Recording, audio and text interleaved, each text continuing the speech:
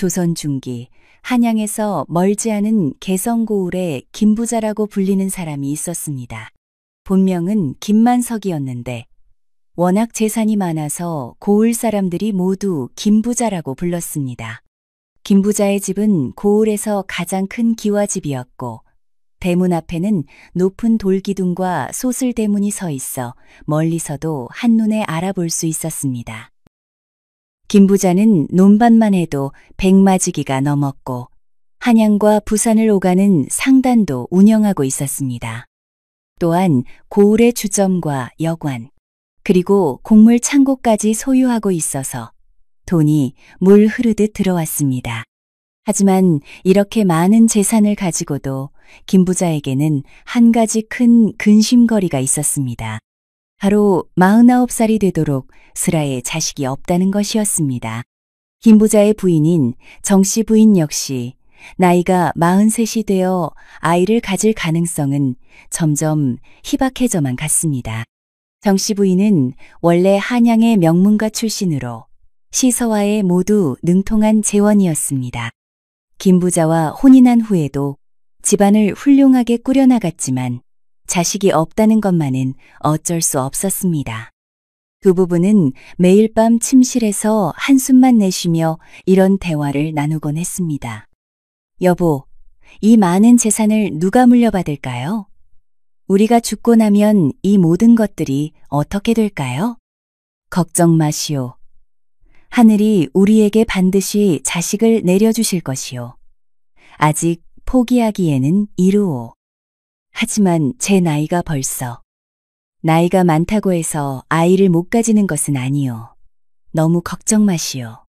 하지만 마음속 깊은 곳에서는 두 부부는 모두 점점 희망을 잃어가고 있었습니다. 특히 김부자는 밤마다 뒤척이며 이런 생각을 했습니다. 내가 평생 모은 이 재산이 모두 헛된 것이 되는 건 아닐까? 누가 우리 조상들의 제사를 지내줄 것인가? 하지만 세월은 무정하게 흘러갔고 김부자의 고민은 깊어만 갔습니다. 김부자 부부는 온갖 방법을 다 동원해봤습니다.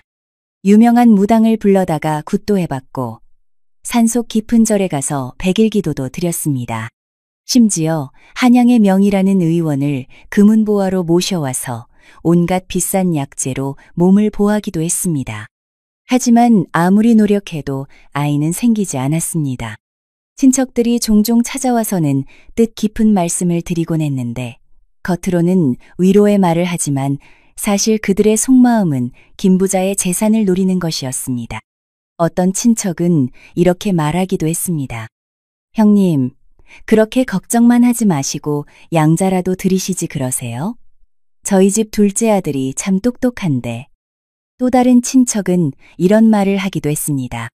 형님 댁이 워낙 재산이 많으시니 혹시 후사 문제로 고민이시면 언제든 상의하세요. 저희가 도움이 되고 싶습니다. 이런 말들을 들을 때마다 김부자는 씁쓸한 미소를 지었습니다. 친척들의 진짜 속셈을 모르는 바는 아니었지만 그렇다고 해서 함부로 양자를 드릴 수도 없는 노릇이었습니다. 그 중에서도 특히 눈에 띄는 사람이 있었으니 바로 김부자의 먼 친척 동생인 박석수라는 사람입니다. 박석수는 김부자보다 5살 아래로 젊은 시절에는 솜씨가 뛰어난 목수였습니다. 그의 솜씨는 정말 신기에 가까워서 나무를 다루는 것이 마치 살아있는 생명을 어루만지는 것 같았습니다. 김부자의 큰 저택을 지을 때도 박석수가 직접 일꾼들을 이끌고 와서 3년에 걸쳐 아름다운 한옥을 완성한 바 있었습니다. 그 집은 정말 예술작품이었습니다. 대들보 하나하나의 용과 봉황이 조각되어 있었고 기둥마다 섬세한 꽃무늬가 새겨져 있었습니다. 특히 사랑채의 마루에서 내려다보는 정원의 모습은 한 폭의 그림 같았습니다. 박석수의 솜씨가 워낙 뛰어나서 고을은 물론이고 인근 지역에서까지 그를 찾는 사람들이 줄을 이었습니다. 양반집 사랑채부터 절의 대웅전까지 그의 손을 거치지 않은 중요한 건물이 없을 정도였습니다. 그 덕분에 박석수 집안도 제법 넉넉하게 살 수 있었습니다. 그런데 안타깝게도 몇 해 전 박석수에게 큰 사고가 일어났습니다. 어느 절에 3층 탑을 보수하던 중 높은 곳에서 떨어져 왼쪽 다리를 크게 다치게 된 것입니다. 뼈가 부러지고 근육이 찢어져서 한양의 명의에게 치료를 받았지만 다리를 절뚝거리게 되어 더 이상 정교한 목수일을 할 수 없게 되었습니다. 그 후로는 가세가 급격히 기울어졌습니다. 예전에는 큰 공사를 맡아서 목수들을 거느리고 다니던 박석수였지만 이제는 간단한 가구나 농기구 수리로 겨우 하루하루를 연명하는 처지가 되었습니다. 설상가상으로 박석수의 아내마저 남편의 사고 후 스트레스로 병을 얻어 자리에 누워버렸습니다. 김 부자는 먼 친척이지만 박석수를 그냥 내버려 둘 수 없었습니다. 자신의 집을 그렇게 아름답게 지어준 은인이기도 했고 또한 같은 핏줄이기도 했기 때문입니다. 그래서 한 달에 한 번씩 쌀 한 가마와 은전 몇 냥을 보내주어 박석수 가족이 굶지 않도록 도와주고 있었습니다. 어느 화창한 봄날 꽃이 만발하고 새들이 지저귀는 그런 날이었습니다. 박석수가 평소와 다르게 한 젊은 여인을 데리고 김 부자의 집을 찾아왔습니다. 그 여인은 20살 정도로 보이는 시골 처녀였는데 그 아름다움이 정말 말로 다 할 수 없을 정도였습니다. 키는 보통 여인보다 조금 작았지만 그것이 오히려 더욱 앙증맞고 사랑스러워 보였습니다. 얼굴은 달걀형으로 갸름했고 복사꽃처럼 연분홍빛 볼과 버드립 같은 가느다란 눈썹이 참으로 아름다웠습니다. 특히 그녀의 눈이 인상적이었는데 맑은 가을 하늘 같기도 하고 깊은 산속 연못 같기도 했습니다. 수줍어하며 고개를 숙이는 모습이 마치 연꽃봉오리가 이슬에 젖어 있는 것 같았습니다. 입술은 앵두알처럼 작고 붉었고 목덜미는 백조처럼 하얗고 가늘었습니다. 그녀가 입고 있는 옷은 비록 무명으로 만든 소박한 것이었지만 깨끗하게 빨아서 풀을 먹인 것이 정갈해 보였습니다. 머리는 단정하게 댕기로 묶었는데 비록 비싼 장신구는 없었지만 그 소박함이 오히려 더욱 청순해 보였습니다. 박석수는 김 부자 앞에서 허리를 깊숙이 굽히며 정중하게 인사를 올렸습니다. 그의 얼굴에는 평소와 다른 기색이 역력했는데 마치 무슨 중요한 이야기를 하려는 듯 보였습니다. 형님, 이번에 정말 좋은 이야기가 있어서 이렇게 찾아뵈었습니다. 김 부자는 박석수의 진지한 표정을 보며 궁금해했습니다. 무슨 좋은 이야기인지 들어보겠소. 박석수는 옆에 서 있는 아름다운 처녀를 가리키며 말을 이었습니다. 이 처녀는 제 오랜 친구의 딸로 이름은 춘하라고 합니다. 집이 너무 가난해서 어쩔 수 없이 몸을 맡길 곳을 찾고 있습니다. 부모님이 돌아가신 후 혼자 남동생까지 돌봐야 하는 처지라 정말 어쩔 수 없는 상황입니다. 박석수는 잠시 말을 멈추고 김 부자의 눈치를 살폈습니다. 그리고 조심스럽게 말을 이었습니다. 형님께서 은자 20냥만 주시면 이 처녀가 형님의 첩으로 들어가겠다고 합니다. 이 처녀는 글도 알고 바느질 솜씨도 뛰어나며 무엇보다 마음씨가 착합니다. 김 부자는 깜짝 놀라며 박석수를 바라봤습니다. 평생 부인만을 사랑해온 그였지만 자식에 대한 간절한 바람이 마음을 흔들었습니다. 옆에서 이 이야기를 듣고 있던 정씨 부인 역시 복잡한 표정을 지었습니다. 부인은 잠시 망설이다가 김 부자에게 조용히 말했습니다. 여보, 이런 일이 참 난감하네요.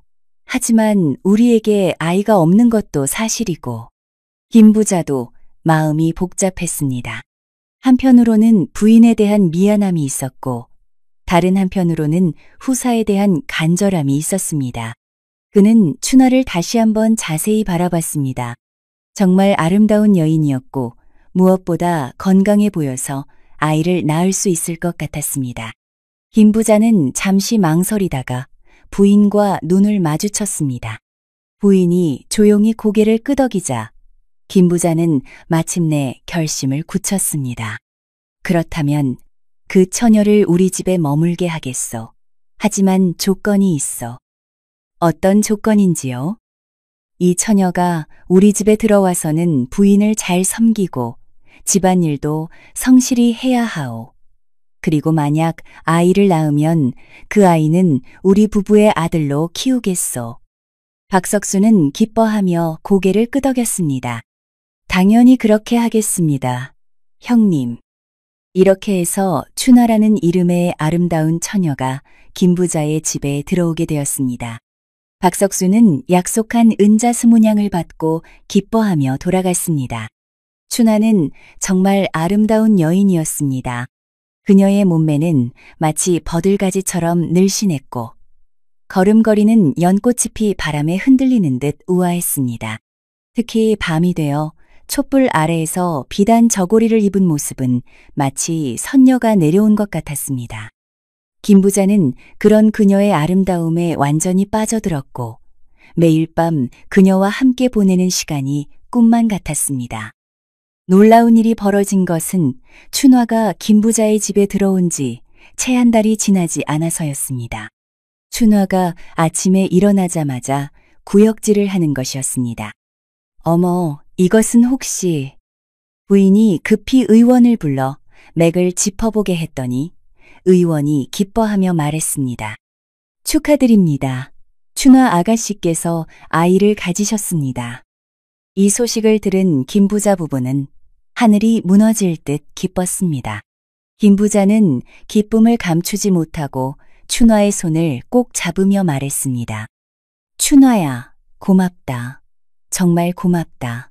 네가 우리 집에 대를 이어줄 아들을 낳아주는구나. 그런데 세상일이란 참으로 기묘한 것이어서 춘화는 임신 8개월 만에 갑자기 아이를 낳게 되었습니다. 어느 날 마당에서 그만 발을 헛디뎌 넘어지면서 조산을 하게 된 것입니다. 아이고, 아이고. 춘화의 비명소리에 온 집안이 발칵 뒤집혔습니다. 급히 산파를 불러왔고 밤새도록 진통을 겪은 끝에 다행히 건강한 사내 아이를 낳았습니다. 아이의 우렁찬 울음소리가 온 집안에 울려 퍼졌습니다. 김 부자는 아들을 품에 안고 감격의 눈물을 흘리며 말했습니다. 우리 아들이다. 드디어 우리에게도 아들이 생겼구나. 시간이 흘러 아이의 100일 잔치날이 되었습니다.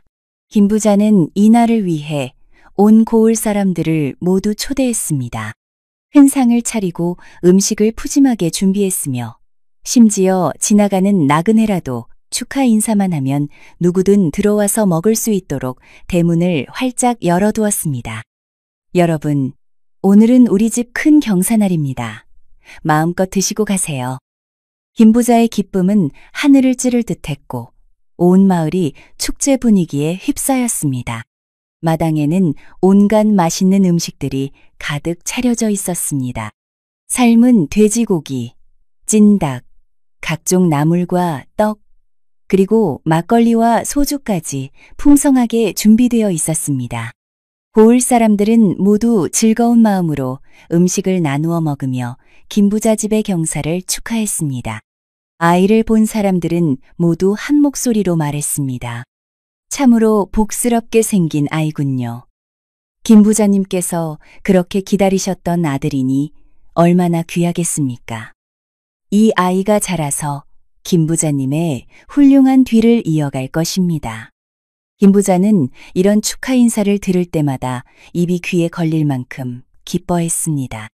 그동안 자식이 없어서 받았던 모든 시름이 한순간에 날아가는 것 같았습니다. 정씨 부인 역시 마찬가지였습니다. 비록 자신이 직접 낳은 아이는 아니었지만 김 부자의 기쁨을 보니 자신도 덩달아 행복했습니다. 춘화는 아이를 낳은 후 더욱 아름다워 보였습니다. 출산의 고생 때문에 조금 야위기는 했지만 모성애가 넘치는 모습이 더욱 매력적이었습니다. 그녀는 아이를 정성스럽게 돌보며 김 부자와 정씨 부인에게도 잘 섬겼습니다. 그런데 잔치가 한창 무르익어갈 무렵 아무도 예상하지 못한 일이 벌어지려 하고 있었습니다. 갑자기 예상치 못한 손님이 찾아왔습니다. 머리를 깎고 회색 승복을 입은 한노승이 대문 앞을 지나가다가 잔치 소리를 듣고 호기심에 들어온 것이었습니다. 이 승려는 지혜로운 눈빛을 가진 분으로 멀리서 온 구도승 같아 보였습니다. 김부자의 하인들은 승려를 정중하게 맞아들여 마당 한편에 자리를 마련해주고 정성스럽게 차린 음식을 대접했습니다. 승려는 고맙다는 인사를 하며 조용히 식사를 했습니다. 식사를 마친 승려가 일어나서 가려고 하자 김부자의 하인들이 급히 말렸습니다. 스님, 잠깐만요. 오늘이 저희 도련님 100일이니 축하 인사라도 한 말씀 해주시고 가세요. 승려는 그제야 자신이 해야 할 일을 떠올렸다는 듯 고개를 끄덕였습니다. 아, 그렇군요. 그럼 주인 어른께 인사를 드려야겠습니다. 하인들의 안내로 승려는 김부자가 있는 대청마루로 향했습니다. 이때 김부자 부부는 갓난아기를 품에 안고 손님들과 즐겁게 이야기를 나누고 있었습니다. 아기는 포대기에 곱게 쌓여 있었는데 통통하고 건강해 보였습니다. 주인 어른, 멀리서 온 승려가 도련님께 축하 인사를 드리고 싶다고 합니다. 김부자는 기분이 좋아서 누구든 환영이라는 표정으로 승려를 맞았습니다. 어서 오시오. 스님, 오늘 우리 아들 100일이니 축하해 주시오. 승려는 정중하게 인사를 올린 후 김부자가 안고 있는 아기를 유심히 바라봤습니다. 그의 눈빛이 점점 진지해지더니 갑자기 이상한 표정을 지었습니다. 마치 무언가 심상치 않은 것을 발견한 듯한 표정이었습니다. 승려는 한참 동안 아기를 살펴보더니 갑자기 김부자를 향해 놀라운 말을 했습니다. 주인 어른, 참으로 이상한 일이군요. 이 아이는 분명 어른의 피를 이어받았지만 어른의 친아들은 아닌 것 같습니다. 이 말을 들은 김부자 부부는 얼굴이 하얗게 질렸습니다. 특히 김부자는 화가 나서 소리쳤습니다. 이 승려가 무슨 말도 안 되는 소리를 하는 거요? 오늘 같은 좋은 날에 와서 이상한 말로 분위기를 망치려고 하오? 주변에 있던 손님들도 웅성거리기 시작했습니다. 어떤 사람은 승려를 나무라며 말했습니다. 스님이 어떻게 그런 말씀을 하실 수 있습니까? 경사스러운 날에 불길한 말씀을 하시다니. 김부자는 즉시 하인들에게 명령했습니다. 이 승려를 당장 내쫓아라. 하지만 승려는 조금도 당황하지 않고 김부자 주위를 천천히 돌면서 말했습니다. 주인 어른, 화부터 내지 마시고 제 말을 들어보십시오. 어른께서는 타고난 운명이 자식과 인연이 없는 분입니다. 아무리 노력해도 친아들을 가질 수 없는 팔자입니다. 이 말에 김부자는 더욱 화가 났습니다. 하인들이 승려를 붙잡으려 했지만 승려는 마치 바람처럼 몸을 움직여 쉽게 피했습니다. 하인들이 아무리 달려들어도 승려의 옷자락조차 잡을 수 없었습니다. 김부자는 이상하다는 생각이 들었습니다. 이 승려가 범상한 사람이 아닌 것 같다. 혹시 정말 무슨 능력이 있는 건 아닐까? 그는 마음을 가라앉히고 승려에게 물었습니다. 스님이 그렇게 말씀하시는 근거가 무엇이오? 나는 평생 남에게 해를 끼친 적도 없고 늘 선행을 베풀며 살아왔어. 절에도 자주 가서 공양을 올리고 가난한 사람들도 도와주었어. 그런데 왜 내가 아들을 가질 수 없다는 거요? 승려는 김부자의 말을 듣고 고개를 끄덕이며 대답했습니다. 주인 어른의 말씀이 맞습니다. 어른께서 자식이 없는 것은 전생의 업보나 하늘의 뜻 때문이 아닙니다. 바로 이 집 때문입니다. 이 집 때문이라니 무슨 뜻이요? 승려는 대답 대신 마당 한 구석에 떨어져 있던 큰 망치를 들어 올렸습니다. 그리고는 아무 말 없이 대청마루 기둥 아래쪽 벽을 향해 힘껏 내리쳤습니다. 쾅! 큰 소리가 나면서 벽에 구멍이 뚫렸습니다. 온 마당에 있던 사람들이 깜짝 놀라 승려 쪽을 바라봤습니다. 이 승려가 미쳤나? 남의 집 벽을 왜 부수는 거야? 빨리 막아야 해. 저러다가 집이 무너지겠어. 사람들이 웅성거리며 승려를 말리려 했지만 승려는 망치를 내려놓고 벽의 구멍에서 뭔가를 꺼냈습니다. 그것은 벽돌 같아 보이는 물건이었는데 자세히 보니 이상한 점이 있었습니다. 승려는 그 벽돌을 김부자에게 보여주며 말했습니다. 주인어른, 이것을 보십시오. 이것이 바로 절후전이라는 부적입니다. 김부자가 그 벽돌을 받아서 자세히 살펴보니 겉은 진짜 벽돌처럼 보였지만 실제로는 나무로 만들어진 것이었습니다. 겉에 회색 물감을 칠해서 벽돌처럼 보이게 만든 가짜였던 것입니다. 더욱 놀라운 것은 그 나무에 이상한 부적 같은 것이 새겨져 있다는 것이었습니다. 김부자는 깜짝 놀라며 소리쳤습니다. 이게 대체 무엇이요? 우리 집 벽에 왜 이런 이상한 것이 들어있는 거요? 승려는 차분하게 설명했습니다. 이 절우전은 집주인이 후사를 잊지 못하게 만드는 사악한 물건입니다. 누군가 일부러 집을 지을 때 벽 안에 숨겨놓은 것입니다. 김부자는 즉시 박석수를 떠올렸습니다. 이 집을 지은 사람이 바로 박석수였기 때문입니다. 그는 잔치에 온 손님들 사이에서 박석수를 찾았습니다. 박석수는 구석에서 술을 마시고 있었는데 김부자의 시선을 받자 얼굴이 창백해졌습니다. 박석수, 이리 와보시오. 김부자의 부름에 박석수는 어쩔 수 없이 다가왔습니다. 그의 얼굴에는 당황스러운 기색이 역력했습니다. 형님, 무슨 일이십니까? 김부자는 절우전을 박석수 앞에 내밀며 다그쳤습니다. 이 절우전에 대해 아는 것이 있어? 내 집을 지을 때 왜 이런 것을 벽 속에 넣었어? 박석수는 말을 더듬으며 대답했습니다. 그런 것이 있었다니. 저는 모르는 일입니다. 하지만 그의 당황한 모습을 보면 뭔가 숨기는 것이 있다는 것이 뻔했습니다. 김부자는 점점 의심이 커졌습니다. 그때 승려가 다시 말했습니다. 대감님, 이제 모든 것이 명확해졌습니다. 이 아이가 어른의 피를 이어받았지만 친아들이 아니라고 한 제 말이 맞지 않습니까? 김부자는 승려의 말을 곰곰 생각해 봤습니다. 절우전의 발견, 춘하의 8개월 조산, 박석수의 당황한 반응, 이 모든 것들이 하나씩 연결되기 시작했습니다. 박석수가 내 집을 지으면서 절후전을 숨겨놓았다. 그리고 춘하를 데려와서 내 첩으로 들여보냈다. 하지만 춘하는 이미 다른 사람의 아이를 가지고 있었던 것이다. 김부자의 머릿속에서 모든 퍼즐이 맞춰지기 시작했습니다. 그는 춘하를 향해 다가가며 소리쳤습니다. 춘하, 이 아이의 진짜 아버지가 누구인지 당장 말해라. 춘하는 갑작스러운 상황에 놀라서 말을 잇지 못했습니다.